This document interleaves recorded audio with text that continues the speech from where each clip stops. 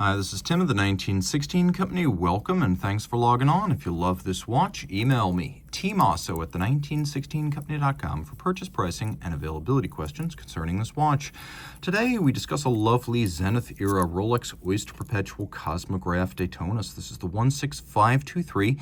Rolex calls this Rolesor. It is the tandem of 904L stainless steel and yellow gold. So the watch, 40 millimeters in diameter, measures 12.4 millimeters thick from lug tip to lug tip. It's 47.1 millimeters. And although it does feature pivoted end links in the bracelet, they do stick out a little bit. So total distance across the wrist is 48.2 millimeters with a 20 millimeter spacing between the lugs.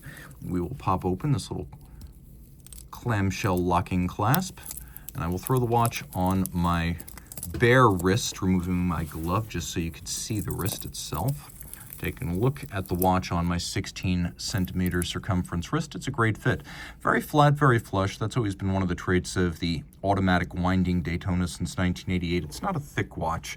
Looking at it down the barrel, you can see the lugs are nowhere near the edge of my wrist. And particularly on this pivoted end link bracelet, this would wear well on a man's wrist or a woman's.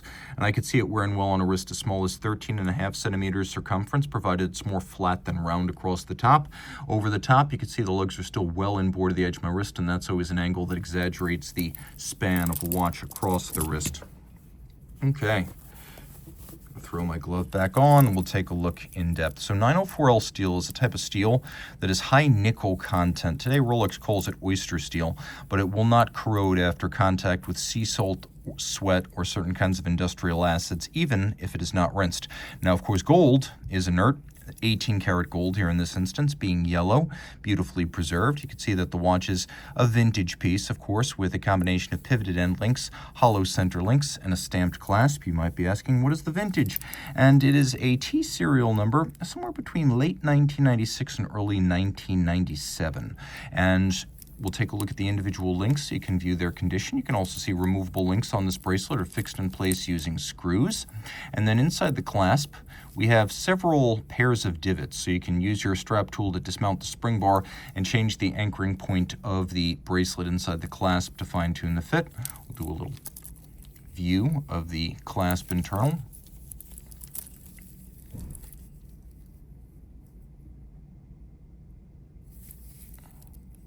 And then the underside of the links. Taking a quick look at the case, oyster style case, solid case back, screw down crown. You can see it as a trip lock in gold because it has 3 dots and the center dot is the largest. 100 meters water resistant, this generation of Daytona, invariably with a sapphire crystal. We have a gold bezel that features lacquered units and characters for its tachymetric scale, which allows you to use the chronograph to gauge the speed of, for example, a race car over a kilometer. We have a lovely dial in black with gold printing, registers, and solid gold indices and hands. They will never oxidize or tarnish. We'll do a quick lume shot of this watch just so you can gauge what is tritium and what is luminova. And as you can see, when the lights go out, there is a small amount of luminescent material, but it fades very, very, very, very quickly. And this is characteristic of original tritium. It also has a nice beige tritium fade that matches the gold tones of the dial well. Of course, this is a Zenith-Era Daytona, which means inside we have Rolex caliber 4030, which is actually quite heavily modified compared to a standard El Primero. The obvious changes are the absence of a date display and the fact that this works at 4 Hertz, unlike the El Primero's 5. Rolex was always super conservative, and the idea was to tune it down a little bit just to be doubly certain of durability. Of course, the El Primero is a very durable movement, the Rolex version even more so. But there are other changes as well. Big ones relating to the automatic winding system, which is the Rolex bidirectional perpetual system, and quite distinct from the rather intricate and challenging, shall we say, to service Zenith winding mechanism, which has a lot of very small and delicate springs. The Rolex winding system is more robust. Rolex also changed the mobile stud index regulator for Rolex's free sprung balance system using their microstella variable inertia screws on the balance rim, and replaced the flat hairspring of the standard El Primero with an overcoil hairspring. Free sprung means more precise adjustments in tiny increments and easier to achieve, and also greater shock resistance of the regulator.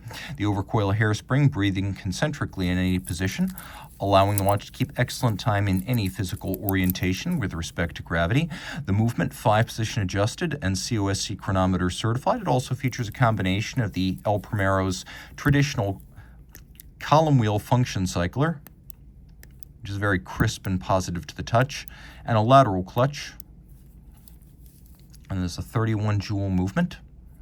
And these movements were actually built by Zenith in Leloc in a separate workshop, a room dedicated solely to the Daytona movements. And one of the reasons these are so collectible is because production of the Zenith-powered Daytonas was constrained by Zenith's production capacity in the 90s, not Rolex's. So given that Zenith had its own watches to produce, it had other customers besides Rolex, and not all of the El Primeros were dedicated to the Rolex project. You wind up with a generation of Rolex Daytona that is constrained by a small company's ability to build the beating heart. And thus these are highly collectible pieces, and perhaps the two-tone, the only really undiscovered Zenith Daytona to this day.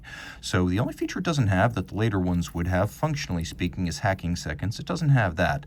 What it does have is charm, period character, and rarity on its side. So reach out to Team Mosso at the1916company.com for purchase and pricing details. Rolex certified pre-owned watches are backed and authenticated by Rolex. Should any reconditioning be necessary, it will be to a Rolex certified standard, and any parts invested Rolex factory original. Should the initial retail box, paper, and accessory set still accompany the watch, it will be included with the sale. But no matter what, a certified pre-owned box and paper set starts with an outer box, a leatherette travel pouch with suede lining, a warranty card that embodies the 2-year globally valid Rolex-backed warranty. Note, this is not a retail warranty, but backed by Rolex and actionable at any of its authorized points of sales and service. A leatherette wallet includes the warranty terms and conditions manual. A holographic hang tag marks this as a certified pre-owned Rolex watch, and a manual details Rolex's values as a company. The certified pre-owned program: care, feeding, service, and use of your Rolex, locations of points of sales and service, and details of Rolex.com. Rolex certified pre-owned watches are backed only by Rolex.